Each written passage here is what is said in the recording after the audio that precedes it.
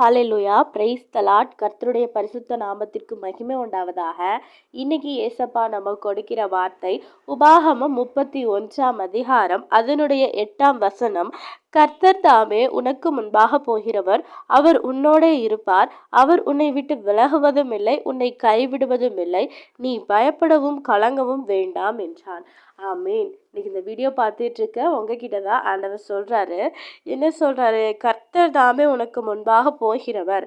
ஆண்டவர் தாமே உங்களுக்கு முன்பாக போகிறாரு.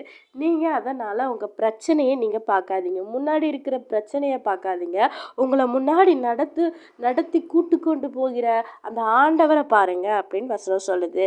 அது மட்டும் இல்லாம அவர் உன்னோடு இருப்பார், அவர் உன்னை விட்டு விலகுவதும் இல்லை, உன்னை கைவிடுவதும் இல்லை. ஆமீன். அவர் என்ன சொல்றாரு ஆண்டவர்? நான் உன்னை விட்டு விலக மாட்டேன், அதாவது உனக்கு ஏதாவது ஒரு பிரச்சனை வரும்போது நீ போ அப்படின்னு சொல்லி உன்னை விட மாட்டேன்.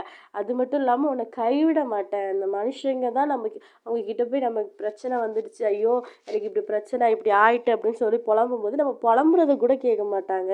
நீ என்னையே சேர்த்து இதில் இழுத்து விட்டுறாத அப்படின்னு சொல்லி நம்மளை உதறி தள்ளி விட்டு போவாங்க. ஆனால் ஆண்டவர் அப்படி இல்லைங்க. நான் உன்னை விட்டு விலகுவதும் இல்லை, உன்னை கைவிடுவதும் இல்லை. நம்ம தான் பிரச்சனை வரும்போது பயந்து போய் ஐயோ ஆண்டவரே கைவிட்டீங்களா, மறந்துட்டீங்களா அப்படின்னு சொல்லி புலம்புவோம். ஆனால் அவர் ஒருபோதும் நம்மளை கைவிட்டது இல்லை. நம்ம ஏதாவது ஒரு பிரச்சனை வந்துச்சுன்னா அந்த பிரச்சனையை பார்க்கக்கூடாது, நம்ம பக்கத்தில் இருக்கிற தேவனை பார்க்கணும். அதான் வசனம் சொல்லுது. அவர் என்ன அழகா சொல்றாரு?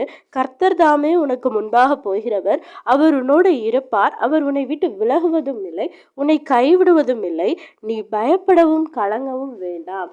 ஆமீன். அதனால இன்னைக்கு சொல்றாரு, என்ன காரியமா இருந்தாலும் என்ன பிரச்சனையா இருந்தாலும் நீ பயம் மட்டும் படாத, நீ கலங்காத, நான் உன் கூட தான் இருக்கிறேன், அவன் கூட இருக்கிற, நீ என்னை நோக்கி பாரு, என் கூட இரு அப்படின்னு ஆண்டவர் சொல்றாருங்க. விசுவாசிக்கிறீங்களா? அந்த ஆண்டவரை நோக்கி பார்ப்போமா? கர்த்தர் தாமே உங்களை ஆசீர்வதிப்பாராக. ஆமீன். God bless you.